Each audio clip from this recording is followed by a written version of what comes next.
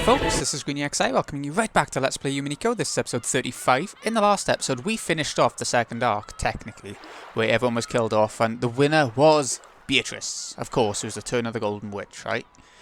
So this time, we've unlocked the Tea Party, and I assume there'll be an episode 2 version of the question marks as well. So, let's kick things off with Tea Party. What I'd like to do this episode is actually finish off all of this arc, to be honest. Try and get them both in one. Like last time in the first arc, we did the Tea Party and the question mark separate, but the Tea Party ended up being quite short, so hopefully we'll do it both in one. Tea Party. You've done well to make it this far. If you enjoyed your stay on Wakajima, the Golden Witch has granted you an invitation to a tea party. We hope that you choose to attend. It says the same as with episode 1. Okay. Let's get cracking. Purgatorio. Okay. Back to Purgatory. It's interesting because this is where it sort of links Higurashi to Umineko, and it gives you ideas about what's going on in the arc and keeps you up to date, or tries to. Or maybe confuses you more. We'll see how it goes. Rosa awoke from her doze. It must have been a very deep sleep. Her mind was hazy, and she wasn't thinking clearly. Where is this? It felt like some mansion, but it didn't seem to be the Yoshiramaya mansion. She could see a room that looked like a parlour, and there was some tea that had been prepared. It had probably been made for her. Around the room, some glitter that looked like gold leaf drifted about, making the scene look quite fantastical. When she eventually realised that they were gold butterflies, it further strengthened that impression. There was someone across from her. A woman. A lady. It was the portrait's witch. I won't call her a lady. She's a bitch of a witch. She seemed to be having a one-sided conversation. She was probably talking to Rosa, but Rosa, whose mind was clouded up by a deep fog, didn't have a clue what was being said. Choose whatever you please. If there's anything you want, I'll give it all to you. You can think of it as a reward for your good luck, or else as proper compensation for how you've answered to my demands. It may have been a truly trivial matter from your perspective. However, the deal was important enough to me to be deserving of this reward. What is she talking about? I don't know. It's just that I am very much a witch. Perhaps you'd best ask for something only a witch can give you. What a rare chance this is, to actually receive the favour of Beatrice the Golden. Me. Finally, Rosa started to feel the blood flowing through her body. Her movements were still sluggish, and she couldn't even voice the words she was thinking. I'm commonly called the Golden Witch. Bestowing a mountain of gold, like the one I gave Kinzo, is trivial to me. After all, you can measure all the pleasures of the human world with money. Therefore, gold is no more or less than the manifestation of the human world's pleasures. Can you imagine it? A mountain of gold that you couldn't use up as long as you lived? As the witch blew on her pipe, multicoloured smoke enshrouded their surroundings. This is going to get odd if it's like the first arc. Prepare yourself for it. As she did this, the inside of the parlour was suddenly filled with stacks of gold ingots. It looked like a shining gold-coloured wall. If each ingot was worth several 10 million yen, how much would all of this be worth? It seems sinful to even think of such a number. However, the human world is difficult. I know there are some things that cannot be settled, no matter how high into the sky you pile up gold. I know there are cracks that cannot be filled. I won't make light of that, which is why this is a gift that only a witch such as I can give. Why don't I fill those cracks in for you? Yes, how about this? It's something only I can give. You should be very happy. No need to thank me out loud. I can tell right away. It's written on your face and in the corners of your heart. Rosa felt a touch of discomfort at this witch, who kept on talking even though Rosa hadn't uttered a single word. But since she still couldn't manage to speak, and was so helpless that it was difficult to even move a finger, she couldn't do anything but listen. How far must the deep wounds in your heart recede before they can be healed? This is deep. Quite deep indeed. Sometimes wounds close up while a fragment of foreign matter remains inside. Even when such wounds appear to have healed, they continue to throb for all eternity. Sometimes you have to open the wound once more in order to heal it completely. As the witch spoke, she stared deep into Rosa's eyes. What in the world was she peering at? Rosa felt uncomfortable, but she couldn't look away. So, your pain was already fated by the time of your birth. How heartbreaking. You don't have to say it. I understand. Rosa was gradually being sucked into the witch's eyes. What's this all about? Then the world grew dark, spinning round and round as she was sucked in.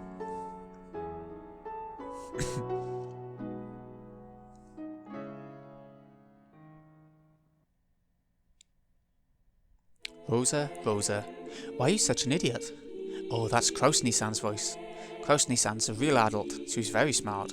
So he hated the stupid kid, Rosa. Remember, she was the young sibling who had all the bullying and stuff from the older siblings, I guess. He was a very scary person. I was often hit, and my toys were taken from me and broken. I was apparently being punished for something bad I'd done, but I never really understood what it was, or why I was being punished. This music, by the way, is amazing. Get a bit of vocal singing into it. It always helps. It's always nice in the game. I was always punished suddenly, and then later told what the punishment was for, in a forced manner. But it was always something I didn't remember doing. So I really hated Krausny-san.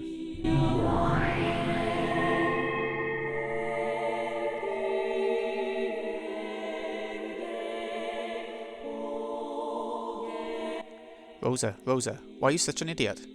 Oh, that's Eva-Nissan's voice. Eva-Nissan's a real adult, so she's very smart. So she hated the stupid kid Rosa.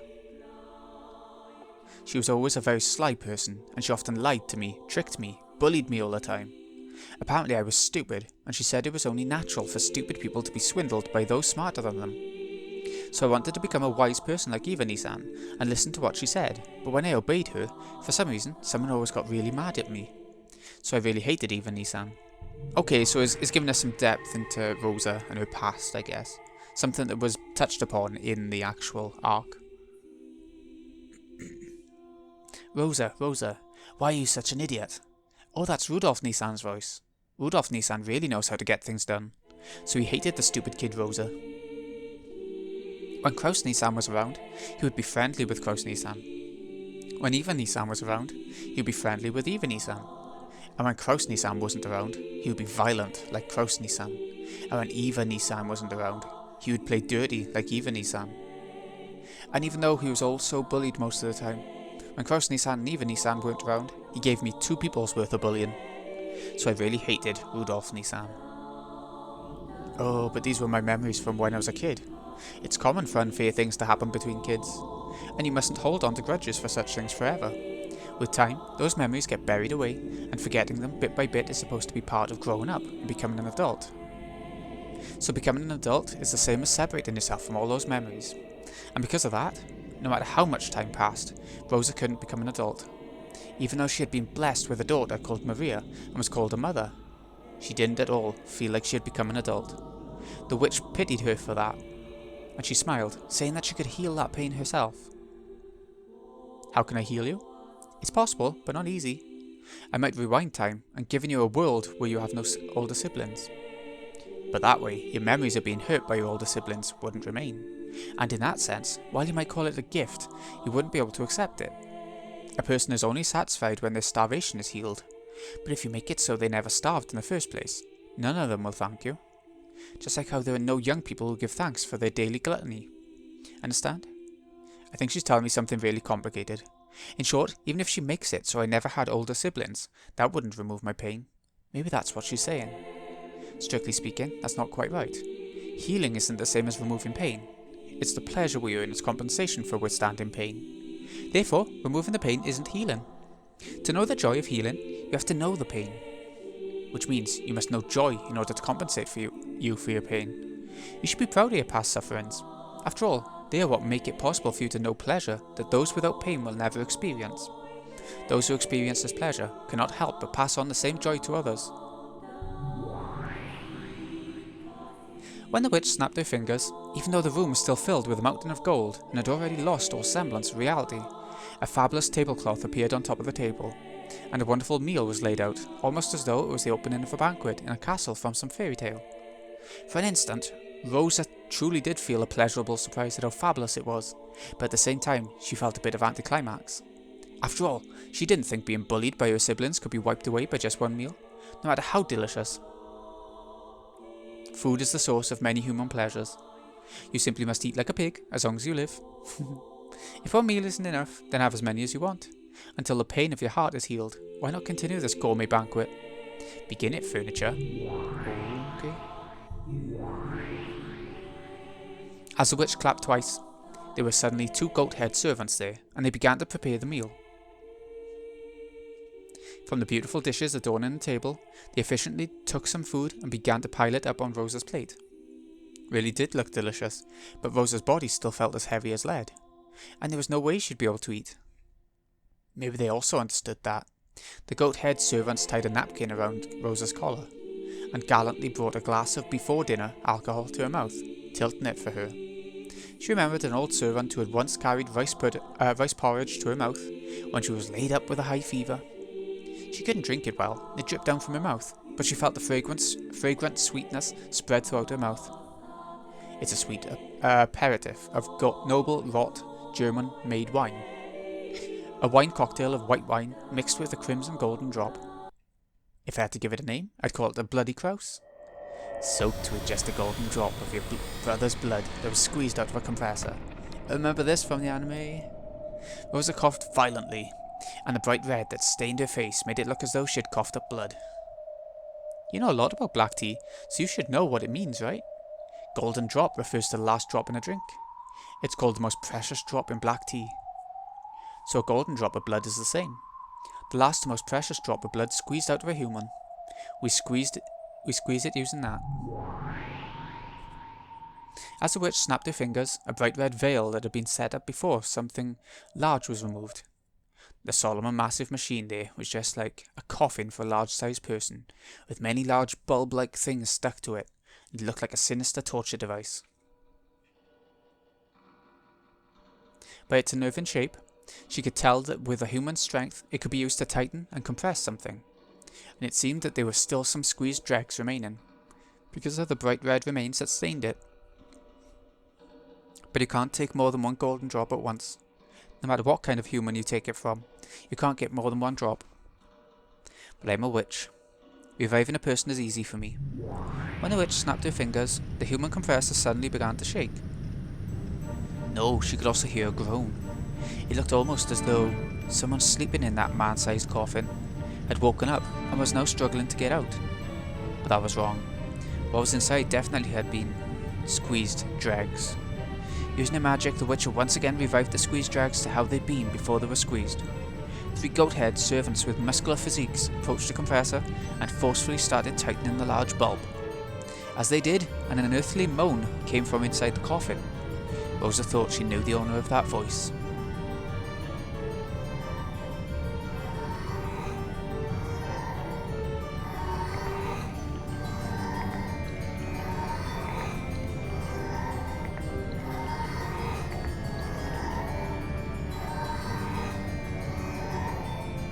It is fitting for cooking to be done in the kitchen. Enough, stand back.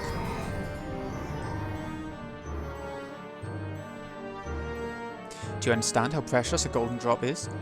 To have it stained this crimson requires that several dozen people's worth be squeezed. The witch definitely said that only 1 golden drop could be taken from a single human, and yet she had dozens of people's worth of golden drops from a single human. Only a witch could do this. The Golden Witch Beatrice could kill a single human endlessly. In other words, before Beatrice, even death did not mean freedom. Do you need me to put it in a different way?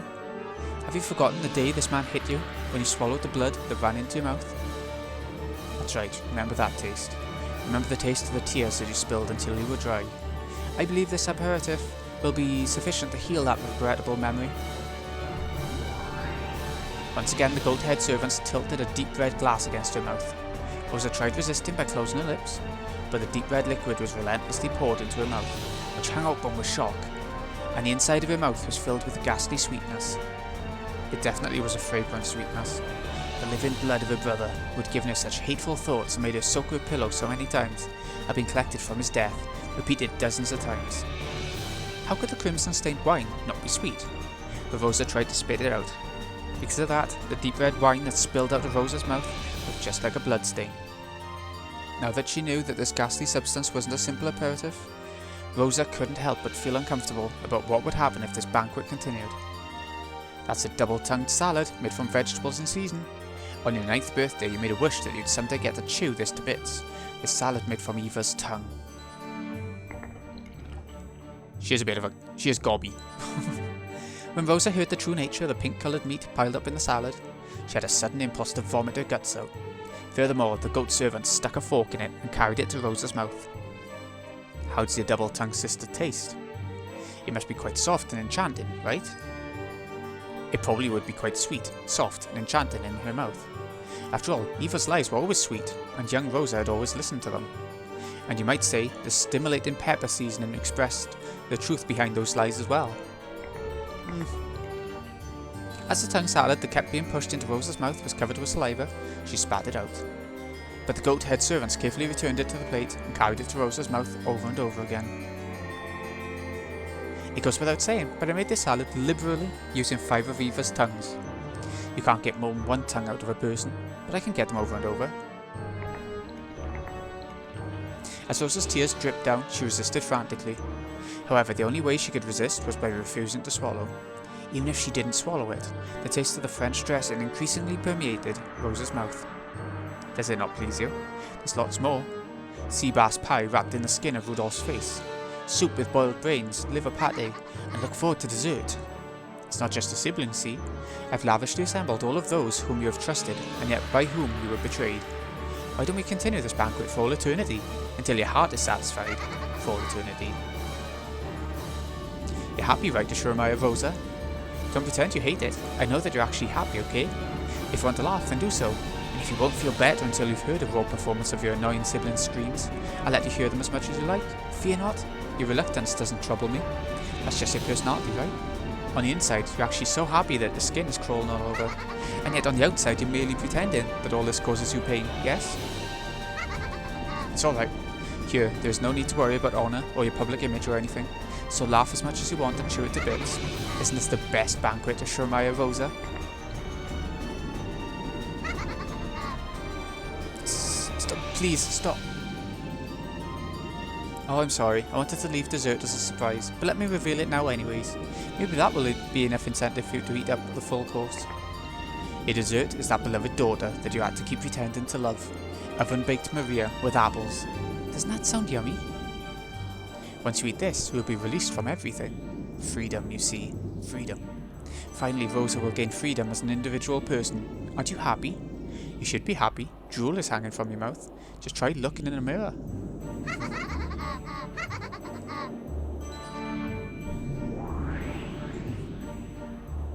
Suddenly, a muscular goat cook was holding Maria under his arm.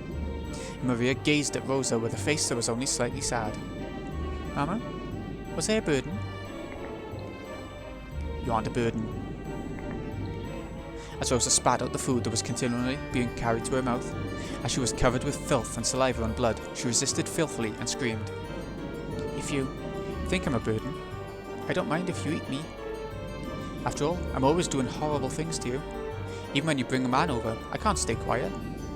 When you spend the night out with a man, I get lonely and unruly, and make a mess of my room. When I go to search by myself, I get lost. The police pick me up, and you're shamed.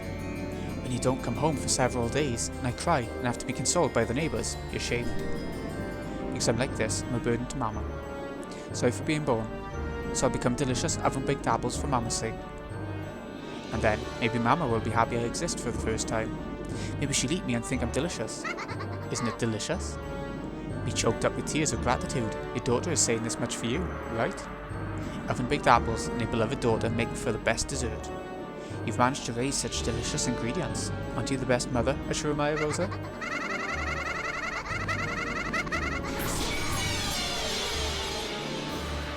Mama, thanks for everything. Bye-bye. Wait, Maria, that's wrong. Stop it already, no! I didn't want something like this. Please stop, please forgive me. No, stop it already. Don't put it in my mouth. Have you been satisfied with my hospitality? Then I'll have you accept it, that I am a witch. Proclaim it. Ashurmaya Rosa accepts that Beatrice is a witch. I accept it. Ashurmaya Rosa accepts that Beatrice is a witch. So give Maria back. Release me. Finally made you acknowledge it. That crafty battler has already surrendered, and I made Rosa, the fool who denied me even after being invited to the Golden Land, accept it. Perfect. It's perfect. I've accomplished my perfect victory. Come, bring Maria, prepare a delicious oven roast for Rosa. No, Maria. Looks delicious. Slice up your cow tits and make me a sandwich. What, that voice? Oof. An arm grabbed the back of the witch's head and smashed her face into the table. As it did, the witch broke to pieces, turned into a cloud of gold butterflies, and reformed her into her body a short distance away. Battler? You bastard. I thought you'd surrendered so far that even your soul was furniture. Me too. But while I was listening to that gross recipe, I started to get a little hungry. Now I feel like eating a whole roast witch. And Maria, it's 10 years too early for you to talk about having someone eat you up. But in 10 years, you better say that to me. Promise? Oh, promise? Patlakun, sorry to keep you waiting, Aunt Rosa. I'd forgotten. This is a one-on-one fight between me and this woman. It's totally wrong for me to give in. Thanks to you hanging in there, I've got my will to fight back. This person, he gave up down to the depths of his soul and surrendered to me, didn't he? I see, he doesn't know when to give up. Just what I'd expect from Ashurmaya Kinzo's grandchild. So the chick of a phoenix is a phoenix after all. How dashing, how amusing. I wouldn't have it any other way. I wouldn't have you any other way, Battler. Try to deny me, I'll completely and thoroughly smash you to bits. Let me make you surrender over and over again. I'll teach you, one who has licked my shoes, the taste of defeat over and over again. No problem, I'll teach you that I, Ashurmaya Battler, am a man who can stand back up, even after crawling through the mud. I've never been invincible in a fight. I've lost loads of times. But I'll definitely crawl through the mud and stand up again. And then I'll finish this. In a man's fight, you don't lose until you accept defeat, no matter how much you get beat up. Don't think I'm out just because you took a shot at me. I'll give you a good show, Beatrice. I'll accept your challenge, Ashurmaya Battler. Furniture, begin preparations for the next game. While we're waiting, why don't you tell me all about it? There were a lot of closed rooms in this game. Using Red, I've smashed it to bits. Most of the methods, for which you tried to talk yourself out of them. What other evasive quibbles will you show me now? The lock to the chapel, the lock to Jessica's room, the lock to the servant room, the lock to Natsui's room, the lock to the parlour. Use your bizarre speciality. Those delusions, rantings, daydreams, bluffs. All slanted with ridiculous, incredible turns of events, and show how you can thoroughly deny me. It's useless. It's all useless.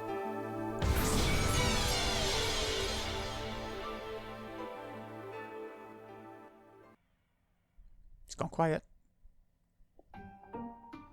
Oh, there we go. That's the end of the tea party then. What's up with they doing credits by you? It's like I can't understand any of what this is saying, so it's probably the companies that made it, is it? Oh, I say companies. The people. I know there's only the one guy, but I think they're probably more involved, right? I don't know.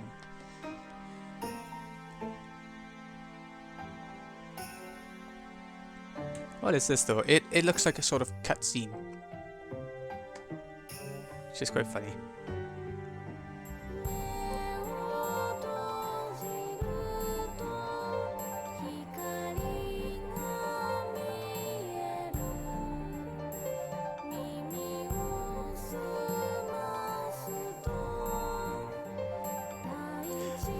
What did you think of this arc then?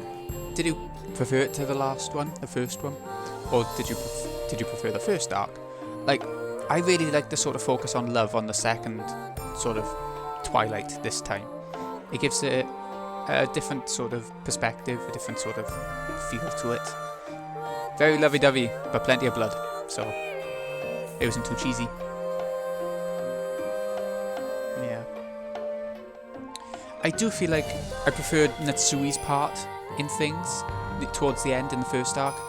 I preferred that to Rosa's sort of equivalent part in this one, being the mother figure. I think Natsui did a much better job, and Rosa seemed very selfish because of how she took all the sort of personality traits from the people who were bullying her as she grew up. That's how I take it. So Rosa just sort of kicked everyone out all the time and got them killed by doing it. So she wasn't great at what she did, but she did protect her daughter as well as she could, even when running away kind of thing at the very end. She might not have held Maria's hand, but does that really matter? Maria can run on her own, that's fine. And it was important to have both the gun to protect them at that point and the money to protect her daughter and herself. once they got off the island kind of thing. It was important to have both things, and Maria could run on her own, and obviously gold and guns can't get themselves out of a place, so she did the best thing, I think, in that situation. It's a really nice song. It's like, oh, what were they called? I can't remember what it was called. Like, they did loads of songs, and I can't remember what they were called. It's a popular sort of Japanese or Asian group who do a lot of tech voice work, auto-tune and all that sort of stuff for effect, though. I don't know. You know when it says when they cry 3, but they... That's Higurashi questions, Higurashi answers, that's 1 and 2. And this is 3, Higurashi, Umineko questions. And I think when they cry 4 will be the answers. So it's not like we've missed a game. Not really. There's been more come out after this, by the way. I haven't read or had anything to do with them. So I'll probably do after this channel once we get through Umineko. Addition of new elements, ooh, new achievement, delicious snack. You know what, I think the anime actually did that scene better than the visual novel. Because Rosa has Maria's head entirely engulfed in her gob. And that was an impressive bit of weirdness. Okay, so it's a tea party this time for those who are not human. Let's go.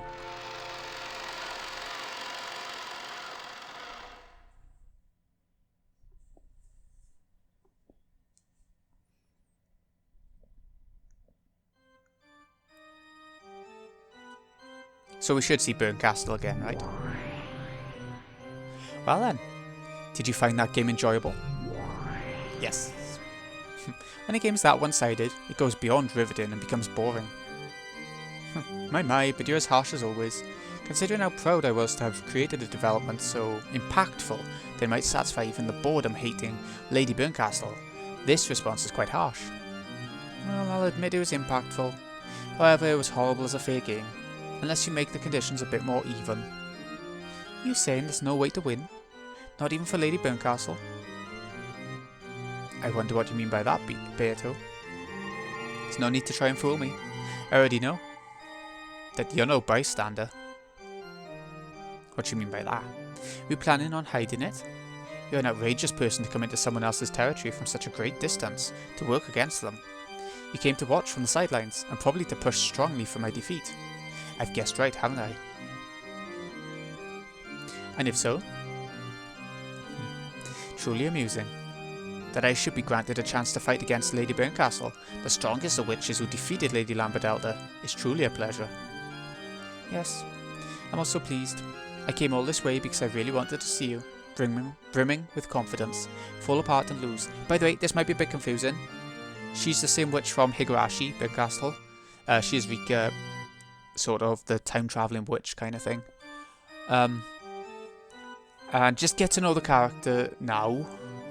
You don't need to know too much about her until she starts becoming more of a main character, and she will. What an honest person. Even so, it would be a shame if the contest between me and the great Lady Burncastle was resolved without at least one observer.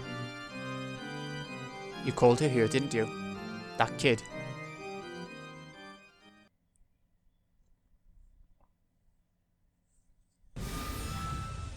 Here we go, another new character. Ho ho ho, I found you. I finally found you, Burncastle. How are you, Lamba? Looks like you got lots of spare time too. I wonder if it's fate that the pair who hates boredom should run into each other again. Stupid kid. Can't you see you only won against me because of a little luck and a problem of compatibility? After that, you became such a brag, and now you're even picking a fight with Beatrice? Shouldn't you learn your place? I'm not really sure who she is. I didn't read enough of the manga further than the anime to know who she is really. But the new Higurashi series on Funimation has sort of brought Satoko into the world of recurring worlds kind of thing, as outside of the board. So I'm wondering if this is Satoko, renamed as Lambertelda. Beatrice is strong, and she's even more brutal than I am, but that's a theory, I don't know. Just a bit. And by the way, don't go shortening people's names without their permission. Sorry, Lambda. You're dumb too, Beto. If there's kids in the game, she'll make a mess of everything. I certainly didn't just bring Lady Lambdelta here to watch from the sidelines. After informing me that you were betting against me, she said that she would bet against you. You're still holding a grudge, aren't you? Ho ho ho ho! Because I'm the strongest witch in the universe. But I lost to you, which means I'm not the strongest. So any enemy of yours is my ally. And there you have it. With the great Lady Brincastle as your opponent, our opponent, this may not even count as a handicap, but should make for good entertainment. Do as you like. Now that I've been exposed, allow me to get serious. That would be wow. Going easy has never been written in my dictionary. Lady Lambdelta, let's enjoy our precious time together. Yeah, I'll be counting on you, Lady Beatrice. I've been betrayed pretty bad by her too. Until the two of us smash her up and pay her back double, I won't be able to rest. I'll be counting on you, Lambda. And you, Beto. No matter what we fight over, this will be a very significant battle for us all. That's right. Of course, I don't plan on losing, but we've got a goal beyond who wins and who loses. After all, we hate boredom.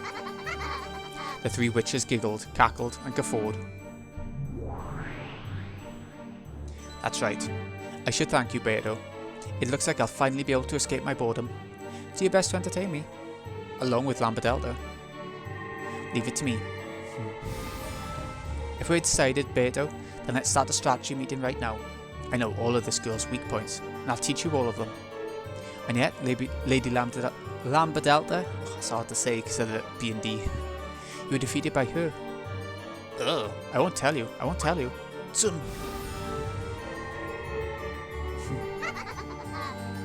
She's never boring, that Lady Lambdelta.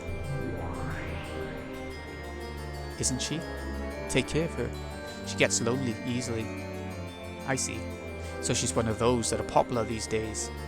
As expected from Lady Lambdelta. Quite cutting edge.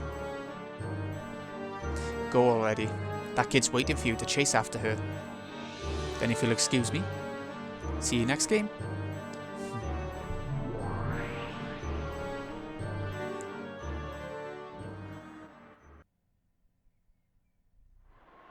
I'm sorry. That troublesome one came, but don't mind it. More importantly, things sure got ugly. I thought I experienced a very tragic end in Lambda's game, but this one is exceptionally horrible. I can't say I don't understand why you're hugging your knees and closing up your heart. If you meet a fate like that a few more times, it'll take a lot less than 100 years to kill your heart. Beto saw through me, so I'll confess. You're now just like I was in the past, when I was imprisoned inside Lambda's world. Shut inside a labyrinth of cruel fate, tormented by a witch in a manner of speaking.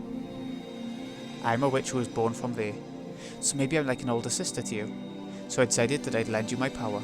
However, even compared to my fate, yours is truly brutal. Not only do I sympathise with you, I'm almost brought to tears by your tragic fate. But please, don't lose heart. Please don't submit to Beto, no matter what. Certainly, that child's game is quite unfair. I've only been allowed a glimpse of the game board, but the unfair and clever devices set up on the stage are so disgusting that I imagine they far surpass those on Lambdelta's game board. And what's even more frightening is that when that kid moves a piece, she doesn't always make the best possible move. This is where she's very different from Lambda. Lambda always uses an overpowering number of pieces to make the best possible move in order to win. But Beto sometimes intentionally goes easy on her opponent when she moves her pieces. Since, when we're in trouble, we try to seek out our opponent's strategy by looking at their moves. This creates a very formidable amount of noise in our information. That might cause troublesome amount of disorder. However, as in chess, though a player might be able to create some noise for their opponent with a useless move, they'll still miss out on the more valuable move they avoided. In other words, it's not like your opportunities to take advantage of this is zero. Although you may not be able to believe it, that analogy holds true for this game as well. Even though those developments look so overpowering, there actually was a weak point. A weak point that almost looks like she wanted you to take advantage of it. Though I don't know if it's a trap or if she's testing us. Anyway, don't surrender. Don't stop thinking. Don't deny any possibility. As long as you continue to hold the will to fight, Beto will not win. What's the most important element in defense during a witch's battle? Rather than trying to win, try not to lose. If accepting her means your defeat, then you definitely mustn't accept her. Making you accept witches. There's no longer any doubt that this is one of Beatrice's victory conditions. Now that I have announced that I'm your ally, I too will make as great an effort as possible to lend you my power. Make an effort yourself as well. If you're still hugging your knees, quickly stand back up. Times like this, what did I used to say again? Go for it. Yay. Meep. Nipa. Proper Rikaism. It's so embarrassing doing this. I've done this much for you, so quickly stand back up. She's talking through the screen at us, isn't she? Not to like battle her. Oh. I don't. Ah, there you are. I wonder where Burn shrank off to. Could you be any more lame? Even so, just like usual, the pieces Burn chooses are pretty shabby. It's the same with chess, right? If all your pieces were pawns, you'd have zero chance to win, right? If all your pieces were rooks and bishops, you definitely wouldn't lose. Well, last time, right when I felt just a little pity, and she said she could start with her pieces anywhere she wanted, that idiot Burn, without taking notice of my compassion, started to roll all over the pawns on my side of the board. What's up with that? That wasn't a loss or anything. Just remembering it makes me queasy. Because of that, I won't be able to rest until I see Burn's speechless face. And since you, Burn's piece, fucked up so bad, I'm feeling just great. Plus, she may not look it, but that girl really hates to lose, so I bet she's off somewhere grinding her teeth and crying her eyes out right now. How totally lame. Come on, laugh with me. Ho ho ho ho ho. I did. Wait a sec, you still hugging your knees? You already like this just because Beto got a little serious? Could you be any more pathetic? You're so pathetic I'll help you just a little bit. I, the great Lady Lamberdelta, the Witch of Certainty and the strongest in the universe, will bring you hopelessly low chances of winning just a little bit closer to certainty. You should thank me. You know, Beatrice may really be a cruel and powerful witch, but she's no match for me. Why? Because she's soft. Though she'll set up the board in a way that'll let her win with just a few more moves, she'll intentionally avoid cornering you. She'll do things like take worthless pieces and place success pieces on the board to make things more one-sided. Simply put, she's got the bad habit of playing around as soon as she thinks she's won. Almost all the various attacks that hurt you and Burn look like utter waste and overkill to me. In other words, she's got a weakness, and you've got a chance. See? She isn't an opponent to be afraid of, right? She sometimes mistakes her means for her ends, and she has too much dark fun. Sometimes that even ends up creating and exposing her own weak points. For a super powerful witch like me, it's hard to understand why she's able to act so tough. Why she lowers her own chances of winning. Well, because of that, a witch like Burn, who likes to thoroughly read her opponent, has a really bad affinity with her. Because reading her doesn't work. Maybe it's really easy for Burn to read and handle a straightforward and honest type like me. Annoyingly enough. Well, still, a super firepower type like me can flat out beat up a light, wide-range barrage type like Beatrice. So it's kind of like rock, paper, scissors. I find paper, beat her as rock, which means Burn is scissors. Well, maybe that doesn't matter. Even though my paper loses to Burn scissors. If I was a sheet of super paper, which is way more awesome than normal paper, I could beat even scissors, right? Basically, I, Lady Lamberdelta, am super paper. Ho ho ho. Looks like you've regained a bit of your colour. That Beto, she's having fun torturing some piece called Rosa. At a glance you'd think she has really nasty tastes, right? Wrong. She's just killing time, hoping that you'll stand back up in return. It's a move to fire up your righteous indignation by intentionally doing something detestable. Oh man, I hate kids like that. Anyway, I'll head on back. Don't tell anyone about me helping you out just a little bit. I mean, it's not like I helped you because I wanted to save you, okay? Does that mean the Burn Castle and Lamberdelta are both trying to help us separately? I, the strongest witch in the universe, had my throne stolen away when I lost to Burn. So I gotta take that throne back from her. But if she loses to Beto here, then it's Beto who will get the position of strongest next, right? It's not like I'm complaining. It'd be easier to steal the throne back from Beto, but then I wouldn't be satisfied, you see? I will defeat Burn, and I'll take back my position as the strongest. It's not like I'm really helping you, okay? I won't forgive you if you make Burn cry. Is that it? It's also weird, but it sort of makes more sense as you go along.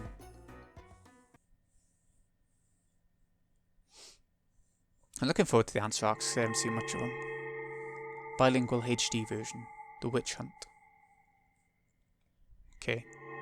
Addition of a new game board. The next episode lock has been removed. Nice. Addition of new features. You can find these new features on the title screen. There are more new features.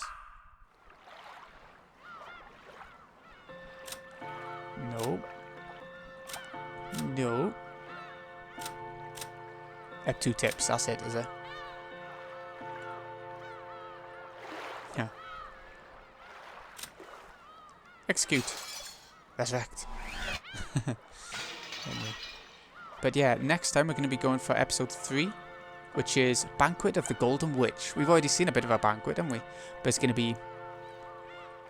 be a little bit different. We've got the help of 2 witches now, you know? That'd be good. Anyways, this has been Greeny XI. I hope you've enjoyed this arc. I'll see you again in a bit. We'll be moving on to our next series next, which is a JRPG. We'll be going for daily episodes at that point. Then after that will be another shorter series, and then after that I think maybe we'll get on to arc 3 of this. So it shouldn't be too long, but I'm not sure how long exactly. Maybe a month and a half, 2 months until we get to arc 3. I know it seems like a long time, but gotta have a break every now and again. Pure reading for YouTube it's hard work. It's really hard, harder than it seems, for me anyway. So, thanks again for watching, folks. See you again really soon.